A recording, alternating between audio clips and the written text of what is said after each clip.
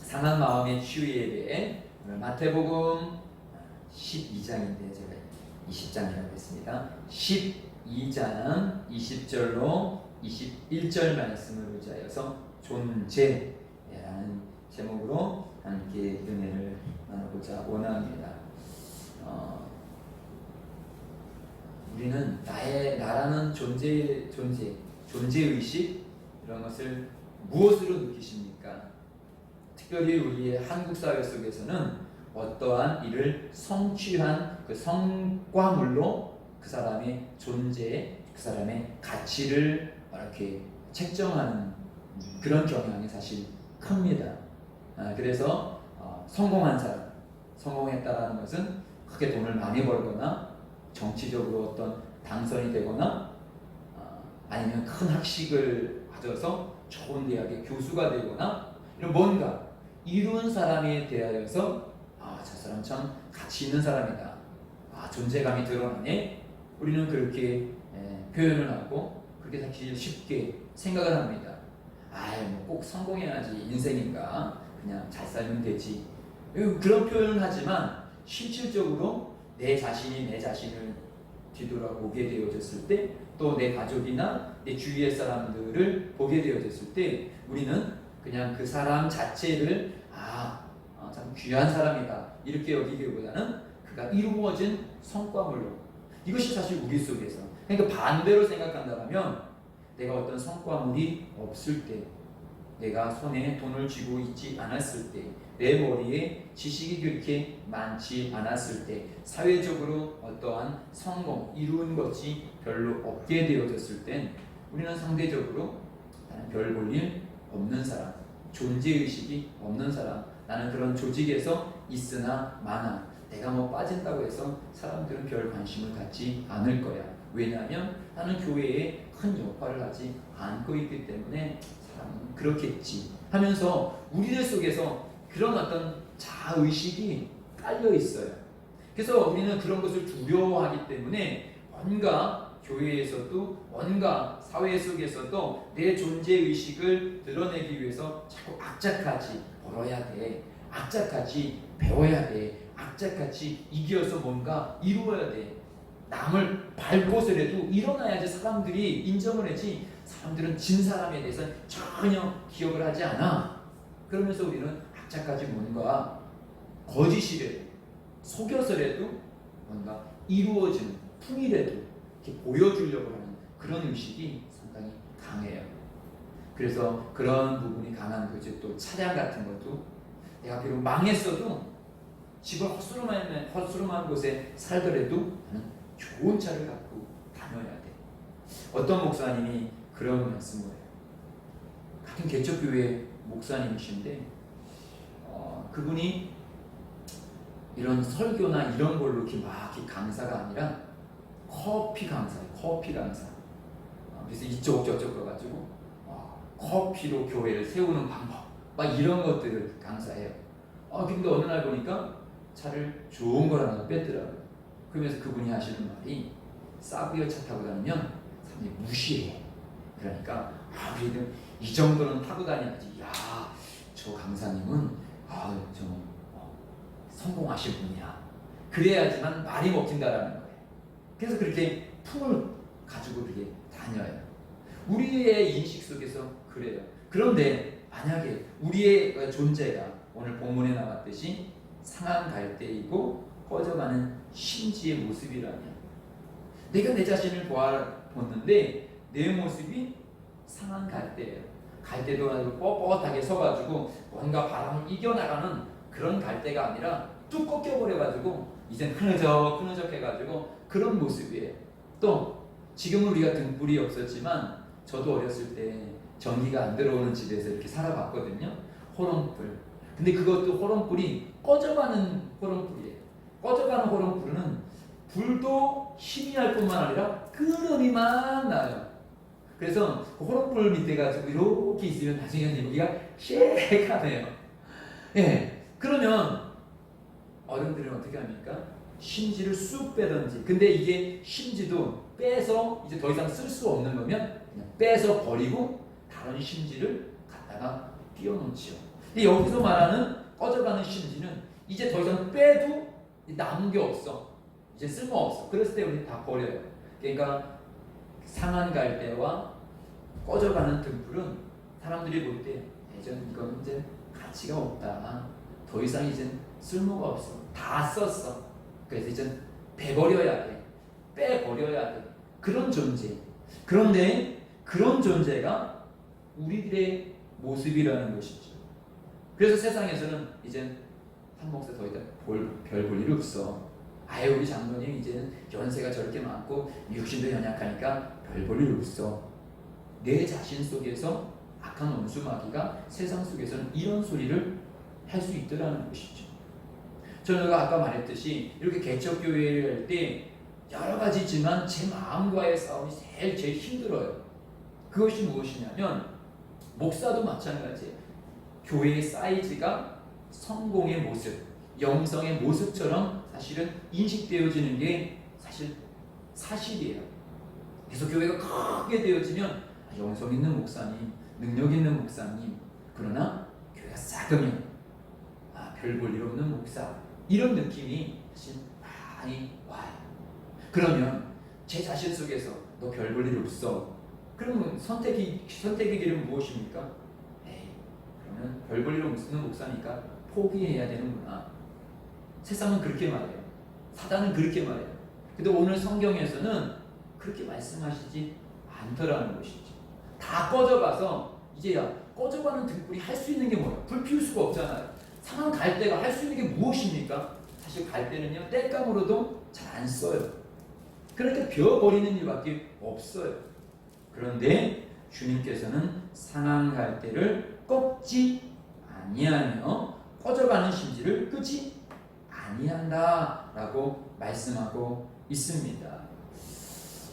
시편 말씀을 한번 읽고 말씀 나눌까요? 시편 22편 6절로 11절 말씀입니다. 함께 읽습니다. 시작. 나는 벌레요 사람이 아니라 사람이 비방거리요 백성이 조롱거리니까 나를 보는 자는 다 나를 비웃으며 입술을 삐죽거리고 머리를 흔들며 말하되 그가 여호와께 의탁하니 구원하실 걸 그를 기뻐하시니 건지실 걸 하나이다.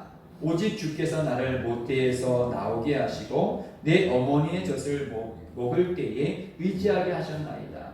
내가 날 때부터 주께 맡긴 바 되었고 모태에서 나올 때부터 주는 나의 하나님이 되셨나이다. 나를 멀리하지 마옵소서. 환난이 가까우나 도울 자 없나이다. 이것이 다윗의 고백입니다. 그가 사울에게 쫓겨다니게 되어졌을 때 사람들이 다윗을 보는 모습이에요. 또 자기 자신이 도망다니는 자기의 모습을 볼 때 나는 벌레다. 사람이 아니라 벌레 취급을 당하는 거예요. 어떻게 하면 사람들이 밟아 죽일까? 불필요한 존재. 쟤 때문에 나라가 시끄러워. 쟤만 없으면 우리나라가 조용할 텐데 다윗이 막 얼쩡얼쩡거려가지고 왕의 심기를 불편하게 해. 벌레 같은 존재. 사람들이 비방하는 거예요. 저 사람 나라를 망치는 사람이다. 백성들이 조롱을 해요. 나를 보는 자는 다 나를 비웃으며 입술을 삐죽삐죽거리며 머리를 막 흔들어요. 그런 자리에 우리가 섰다고 생각했을 때 다윗은 그걸 느낀 거예요. 또 그런 사람들이 주변에 있는 거예요. 상한 갈대이지요. 꺼져가는 등불이지요. 그랬을 때 나는 이제 더 이상 쓸모없다. 근데 이 모습이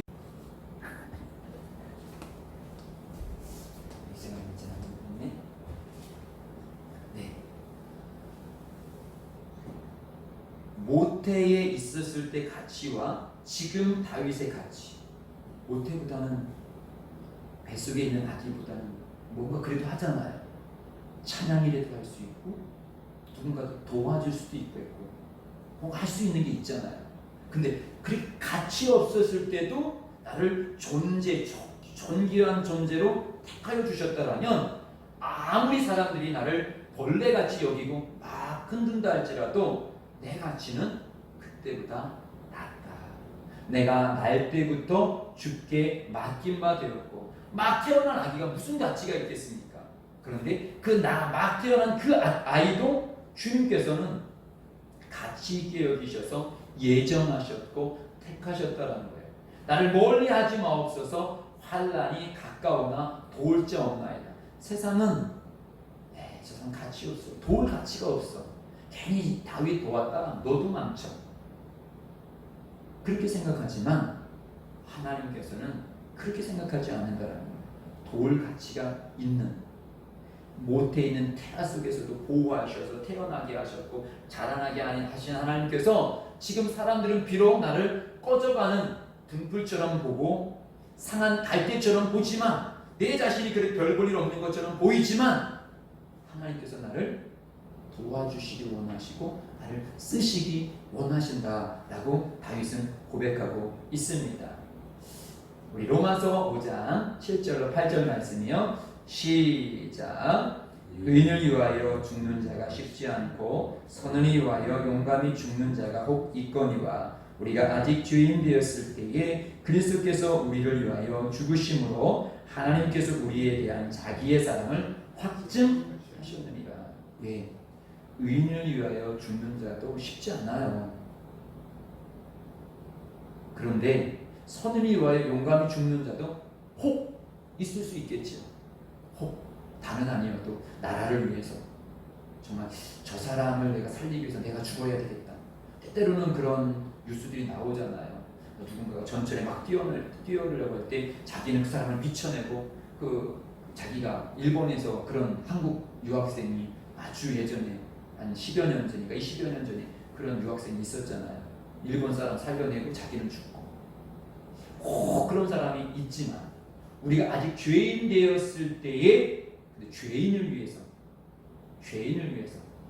꺼져가는 등불을 위해서, 상한 갈대를 위해서, 벌레 같은 사람을 위해서, 저 사람 도우면 나도 망할 수 있는데, 저 사람 아는 척하면 나도 같이 감옥에 갈 수 있는데, 그런 사람을 위해서 죽는 것, 그건 진짜 어렵잖아요.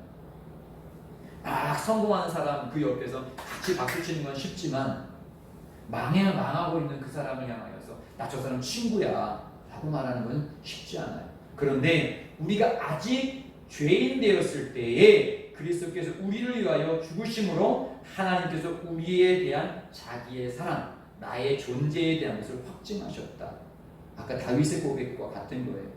모태에서 아무 가치가 없다라고 생각하는 그 모태를 향하여서 하나님은 너는 내가 특정한 사람이야, 너는 가치 있는 사람이야 라고 말하셨다라는 거예요. 우리 여기에 있는 우리들, 지금보다 내가 예수 믿을 때, 예수 믿기 전과 지금의 모습이 어떠십니까? 그때가 더 악하셨습니까? 지금이 더 악하십니까? 그냥 객관적으로 한번 살펴보셔요. 예수 믿기 전이 더 악하셨습니까? 지금이 더 악하십니까? 그래도 그 성질머리는 그대로 있다 쳐도 그래도 좀 보면 예수 믿은 외가 더 말씀으로 살려고 그때보다 그래도 좀 더 나아지지 않았습니까? 그러면 전혀 하나님을 믿지도 않고 전혀 내 욕심대로 살고 내 멋대로 살았던 나를 택하여 주셨다면, 비록 내가 지금 세상으로 보면 상한 갈 때 꺼져가는 등불에 뭐 이룬 게 없어, 내가 봐도 뭐 이룬 게 없어. 그런데 주님이 보시기에는 그때는 지금보다 더 이룬 게 없어, 더 볼품이 없어. 그런데 더 볼품이 없고 더 이룬 게 없는 나를 귀한 존재로 택하였다라면, 지금 그때보다 조금 더 이룬 나의 모습은 하나님이 어떻게 생각하시겠냐라는 것이죠. 그런 모습도 귀한 존재를 여겼다면 지금 나의 모습도 여전히 귀하게 여기시더라는 것이죠.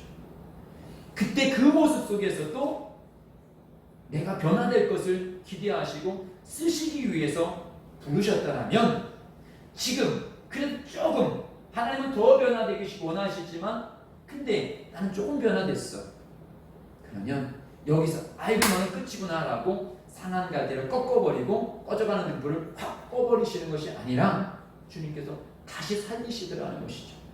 그 상한 갈 때의 나의 모습이 있고 꺼져가는 나의 모습이지만 그 속에서 주님께서 더 사랑하시겠다라는 것이죠.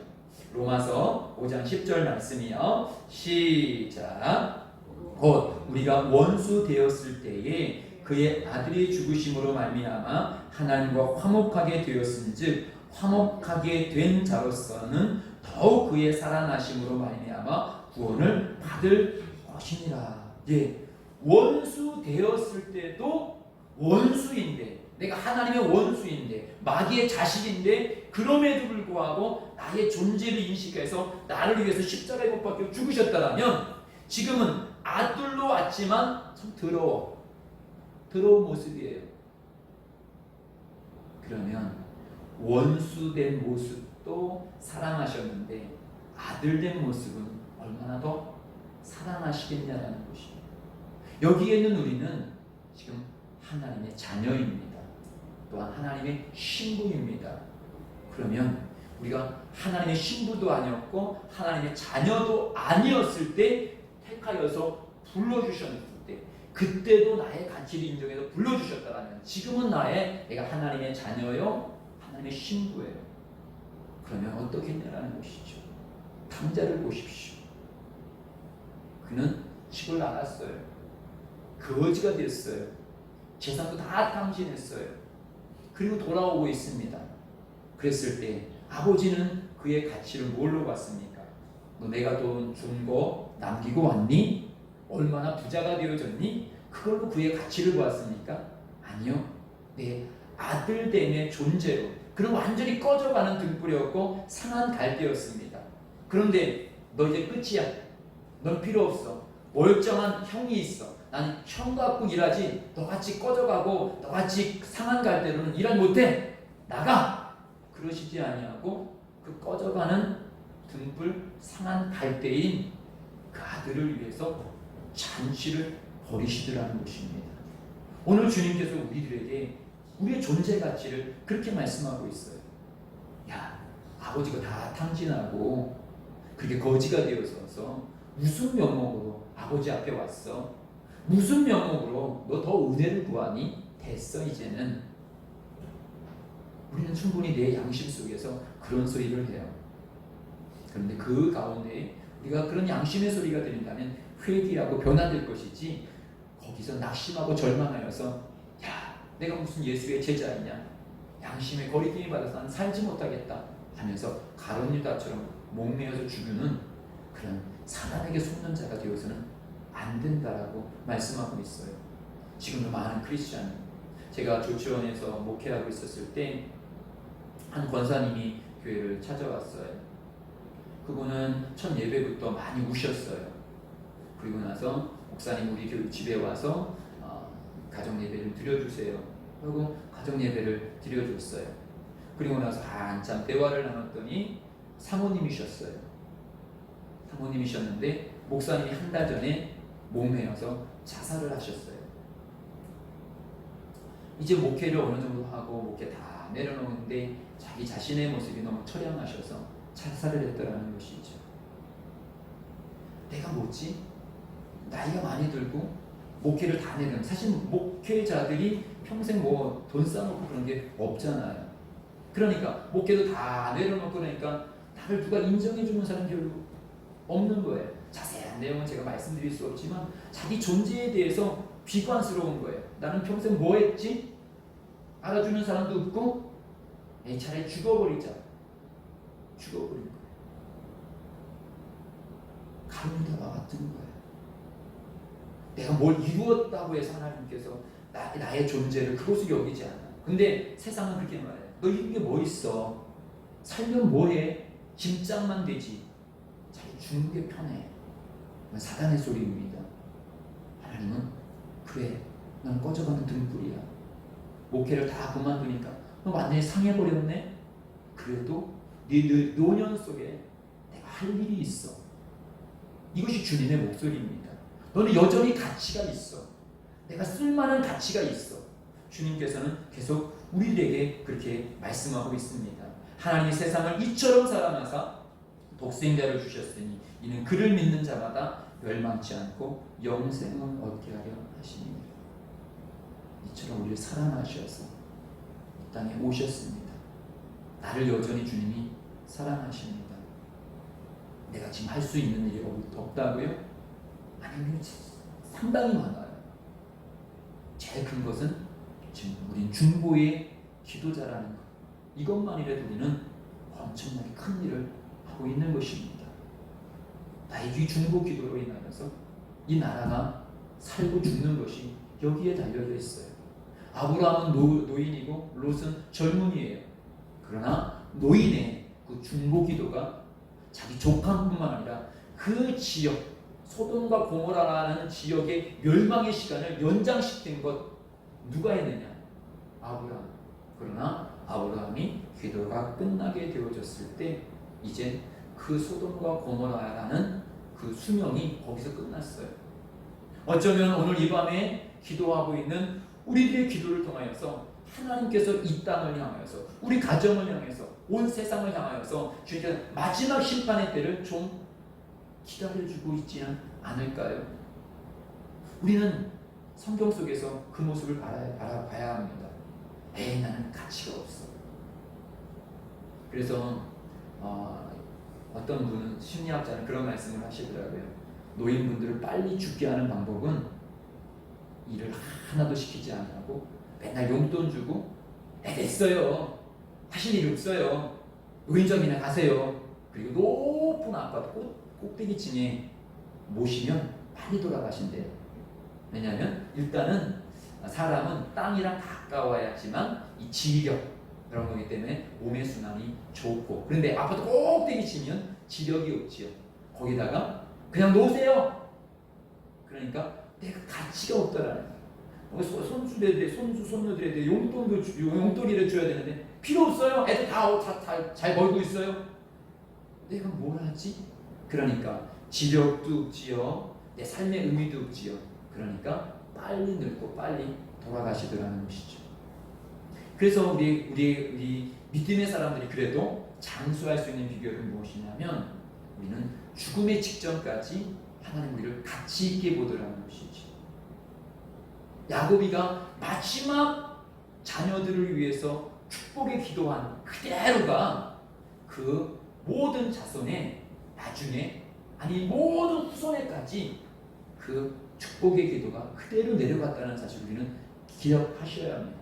그 꺼져가고 상한 갈대에서 무엇이 나오겠습니까? 그런데 그의 기도가 그렇게 젊은 그들의 길을 여는 그 밑거름이 되더라는 것이죠. 그렇기 때문에 믿음이 있는 우리들은 끝까지 내가 아무리 상해 보여도 아무리 꺼져 보여도 끝까지 주의 일을 감당해야 되는 것입니다. 오늘 본문 21절 말씀 함께 읽겠습니다. 21절이요. 시작. 또한 이방인들이 그의 이름을 바라리라 함을 이루려 하심이니라. 이방인들은 당시의 유대인들은 어떻게 생각했을까요? 유대인들은 그들 개, 벌레, 개만도 못한 벌레 같은 존재. 이방인들을 그렇게 생각했어요. 앞에서 나오는 상한 갈대나 꺼져가는 등불이나 여기에 이방인들이랑 똑같은 존재예요. 그냥 숨만 쉬고 있을 뿐이지 저들은 가치가 없는 존재다. 이스라엘 백성 속에는 그런 생각을 갖고 있어요. 그런데 예수님은 또한 이방인들이 그의 이름을 바라리라. 벌레 같은 그들에게도 희망은 무엇이냐면 하나님께서는 그들도 벌레 취급하지 아니하고 가치 있게 생각하셔서 결국은 그들을 구원하리라는 것이죠. 그 대상자가 누굽니까? 여기에 있는 우리들이에요.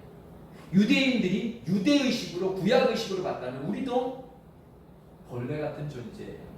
하나님은 우리를 벌레같이 보지 아니하고 내가 구원해야 될 아주 귀한 존귀한 생명으로 보시어서 예수 그리스도를 십자가에 못 박혀 죽으시고 오늘 우리들을 구원해 주셨다라는 것입니다. 그러기에 아무리 세상이 나를 벌레같이 보한다 할지라도 하나님 나를 벌레같이 보지 않는다. 우리 요한복음 9장 말씀을 함께 보시겠습니다. 요한복음 9장 시작. 예수께서 길을 가실 때에 날 때부터 맹인된 사람을 보신지라. 제자들이 물어 이르되 라삐여, 이 사람이 맹인으로 난 것이 누구의 죄로 인함이니까? 자기니까 그의 부모니까? 예수께서 대답하시되 이 사람이나 그 부모의 죄로 인하는 것이 아니라 그에게서 하나님이 하시는 일을 나타내고자 하심이라. 그러므로 바리새인도 그가 어떻게 보게 되었는지를 물으니 이르되 그 사람이 진흙 내 눈에 바르매 내가 씻고 보나이다 하니. 맹인된 모습, 이 맹인으로 살아간다는 것은 그 당시의 인식, 지금도 그래요. 맹인들이 사회생활하기 참 힘드십니다. 이때의 맹인은 완전히 저주받은 사람, 앞에서 말하는 상한갈대요, 꺼져가는 등불이에요. 쟤는 어떻게 저주를 받아서 저렇게 상한갈대요, 꺼져가는 등불입니까? 부모가 그런 죄를 졌기 때문에 저렇게 밑까지 저렇게 된 거죠. 가치 없는 인생이지요. 그냥 빌어먹다가 죽을 인생이지요. 참 불쌍한 인생이네요. 참 가치 없는 인생이네요. 라고 그들은 그렇게 보고 있습니다. 그런데 그를 향하여서 예수님은 뭐라고 말씀하십니까? 그에게서 하나님이 하시는 일을 나타내고자 하십니다. 하나님의 일을 나타내는 존귀한 사람이라는 거예요. 가치 있는 사람이라는 거예요. 보십시오. 바리새인들은 오히려 의심했습니다. 9장 25절이요. 시작. 대답하되 그가 죄인인지 내가 알지 못하나 한 가지 아는 것은 내가 맹인으로 있다가 지금 보는 그것이니라. 이 고백은 누구의 고백입니까? 맹인의 고백입니다. 바리새인들은 예수님을 인정하지 않았어요. 그런데 지금 맹인으로 난 그가 지금 예수를 인정하고 증거하고 있는 것입니다. 이것이 별거 아닌 것이 아니라 이때 이 맹인의 고백으로 이 맹인은 분명히 이 유대 사회 속에서 버림을 당합니다. 왜냐하면 예수를 메시아로 인정하기 때문에 그는 버림을 받게 되어져요. 그럼에도 불구하고, 그것을 알매도 불구하고 그가 메시아인 것을 증거하는 것이 25절 말씀입니다. 이것은 바로 주님께서 하나님이 하시는 일을 그를 통해서 나타내고자, 그는 그런 귀하고 값진 존재예요. 바리새인들은 자기가 귀한 존재인 줄 알았어요. 그러나 바리새인으로 하나님의 존재가 나타난 것이 하나도 없어요.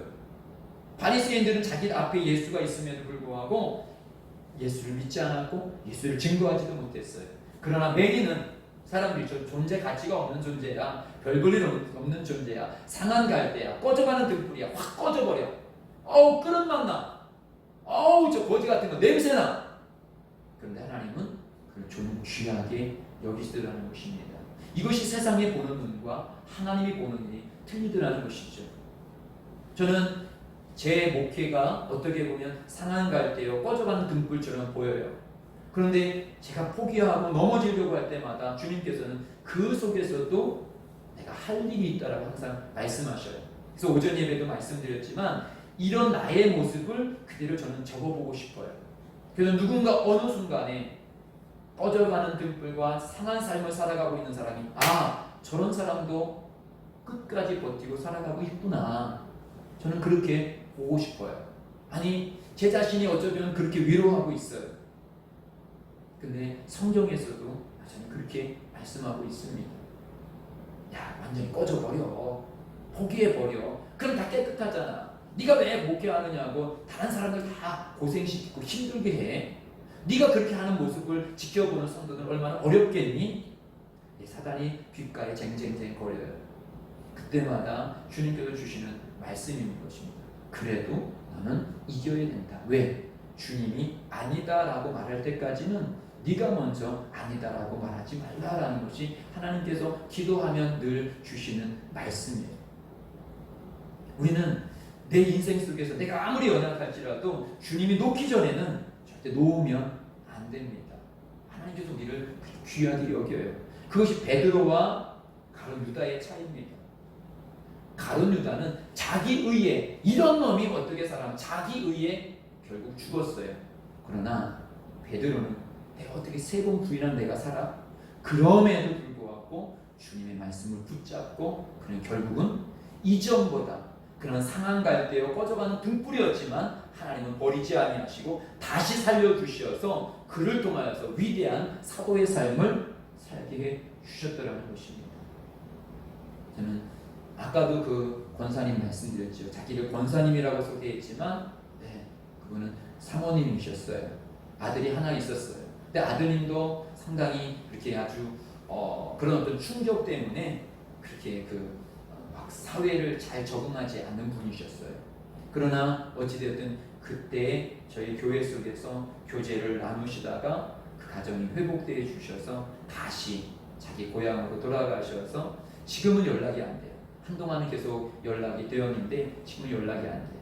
그렇지만 그분이 정말 낙심과 절망 속에서 목사인 남편이 자살해 죽고 아들은 막 그것으로 인하여 충격에 빠지고 그래서 어찌할 바를 몰랐을 때 그때도 뭐 우리 교회에 몇 명 있겠습니까? 저 사모 그때는 우리 애들이 갓난이었죠. 이 애기가 막 태어나기 전이었네요. 이 애기가 태어나기 전이었으니까요.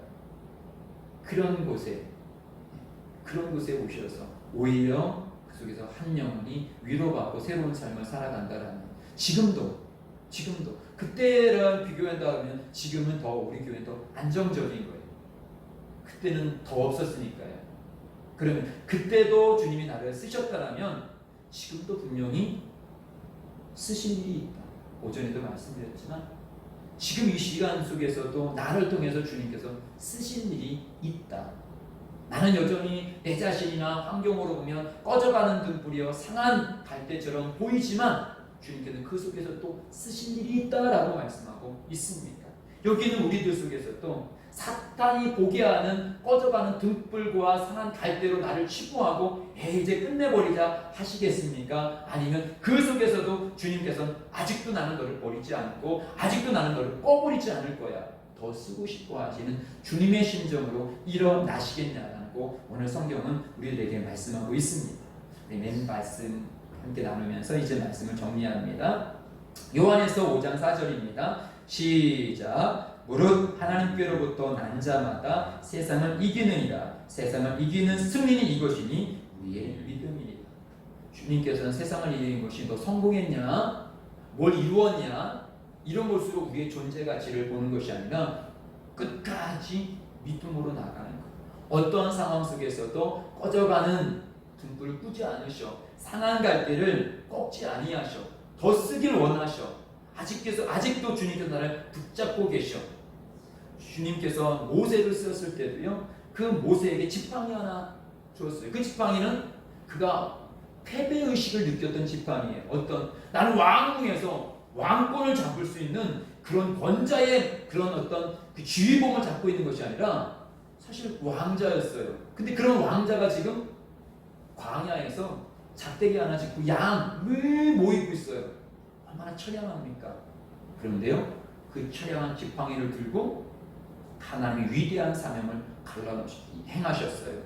그것으로 애국에 들어가게 하셨고요. 그것으로 기적을 일으키게 하셨고요. 그것으로 홍해를 가르셨고요. 그것으로 반석에서 물이 나게 하시는 놀라운 일들 무엇으로 하셨냐? 어떤 금으로 만드는 그런 봉으로 한 것이 아니라 자기 양치던 그런 아무 쓸모없이 보여지는 그 실패의 막대기를 가지고 하나님 위대하게 쓰셨다라는 것이죠. 하나님께서는 내 모습이 꺼져가는 등불처럼 보인다 할지라도 내 속에서 주님이 날 쓰시려, 주님께서 나를 지금 아직 버리지 않으셨어, 나를 쓰고자 원하신다라는 그 믿음을 가지고 지금도 주님께서는 일하시기 원하신다라고 말씀하고 있습니다. 요한일서 3장 1절이요. 시작. 보라, 아버지께서 어떠한 사람을 우리에게 베푸사 하나님의 자녀라 일컬음을 받게 하셨는가? 우리가 그러하도다. 그러므로 세상이 우리를 알지 못함은 그를 알지 못함이라. 왜 하나님께서 우리를 자녀라고 부르셨습니까? 잘나서요? 뭔가 참 이루었기 때문에요? 아니죠. 3장 2절이요. 시작. 사랑하는 자들아, 우리가 지금은 하나님의 자녀라. 장래에 어떻게 될지는 아직 나타나지 아니하였으나 그가 나타나시면 우리가 그와 같은 줄을 아는 것은 그의 참모습 그대로 볼 것이기 때문이다. 지금이 세상에서 보고 있는 성공과 실패가 우리의 참모습일까요?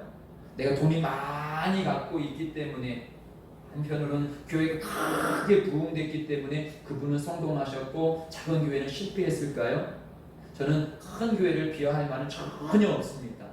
저는 큰 교회 목사님을 존경합니다. 왜냐하면요, 그만한 영성이 있기 때문에 그것을 이루었다고 저는 그렇게 분명히 믿어요. 그러나 중요한 것은, 그럼 나는 그렇게 이루어지지 못했으니까 나는 끝이냐? 그것이 아니다라는 것을 말씀하고자 하는 거예요. 예, 우리는 정말 뭔가 이루는 사람을 비판할 필요가 없어요. 비판해서도 안 되고요. 왜냐하면 하나님께서 그렇게 하셨는데 우리가 비판한다면 그것은 하나님을 욕되게 하는 것이기 때문에 그래요. 그러나 중요한 것은 그것을 이루지 못한 나는 어떠냐라는 것이죠.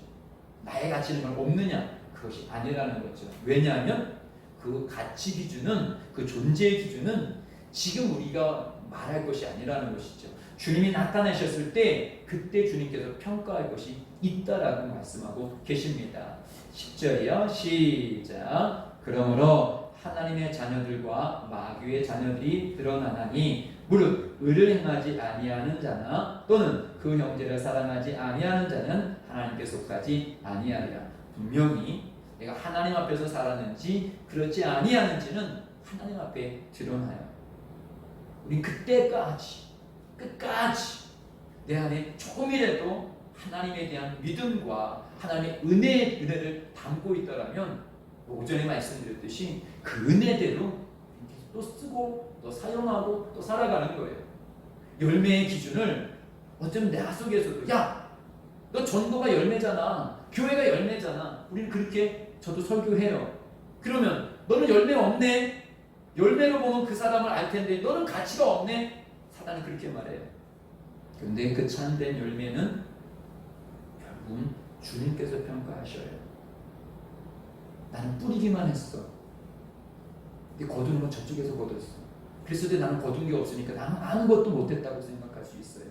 그러나 뿌린 그 일을 내가 했다면, 내가 지금 나는 아무것도 못 거뒀네라고, 나는 꺼져가는 등불이고 상한 갈대네라고 한심했을 때, 그러나 나중에 천국에 봤더니 저도 네가 뿌린 거야, 쟤도 네가 뿌린 거야, 쟤도 네가 뿌린 거야.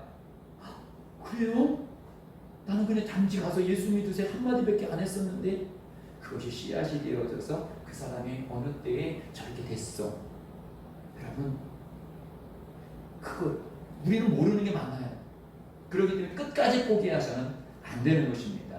요한에서 4장 4절이요. 시작. 자녀들아, 너희는 하나님께 속하였고 또 그들을 이기었나니 이는 너희 안에 계시니가 세상에 있는 자보다 크시니라. 우리 안에 예수님 계신 것을 확신하십니까? 세상에서 그 어떤 것을 가지고 있는 사람보다, 물질을 가지고 있거나 명예를 가지고 있거나 그 사람들보다 우리는 더 귀한 예수를 갖고 계십니다. 이 예수를 끝까지 포기하지 마십시오. 내가 아무리 상해드려도 끝까지 우리가 붙잡고 있어야 될 예수.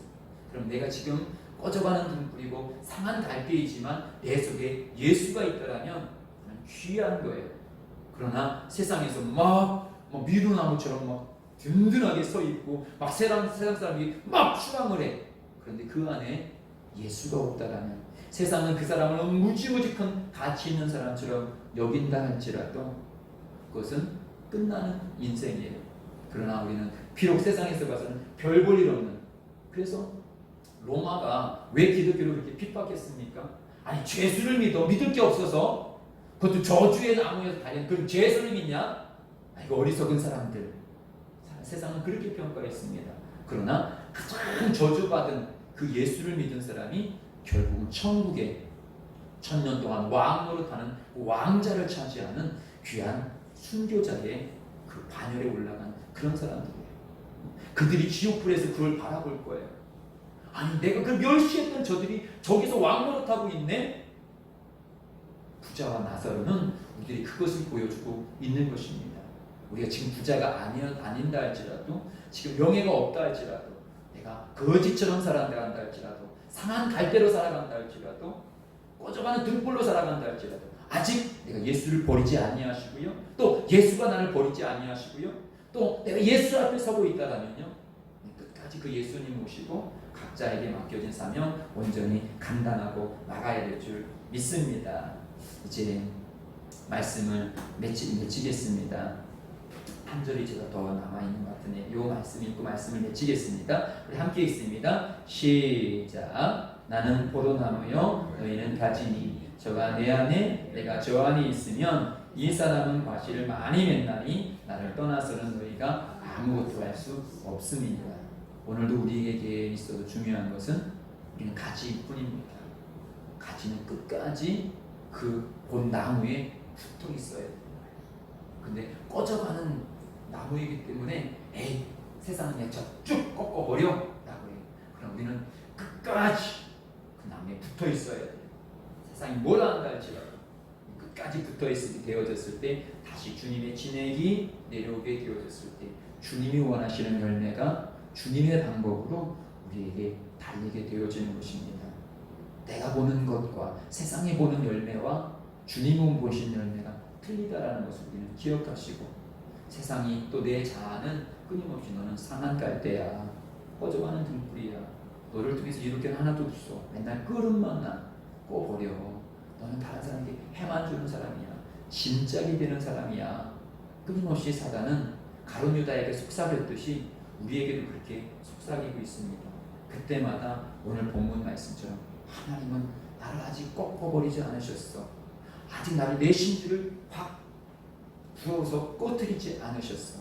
그리고 이방 벌레처럼 여기고 너는 쓸데없어. 너는 이 성전에 들어올 수도 없는 존재야. 너는 죽어도 가치가 없는 존재야 라고 말하는 그런 이방인들을 향하여서 아니 난 널 위해서 십자가에 못 박혀 죽은 거야 라고 귀하게 여기신 것처럼 오늘 하나님께서는 우리를 귀하게 여기실 뿐만 아니라 우리를 통해서 일하고자 원하십니다.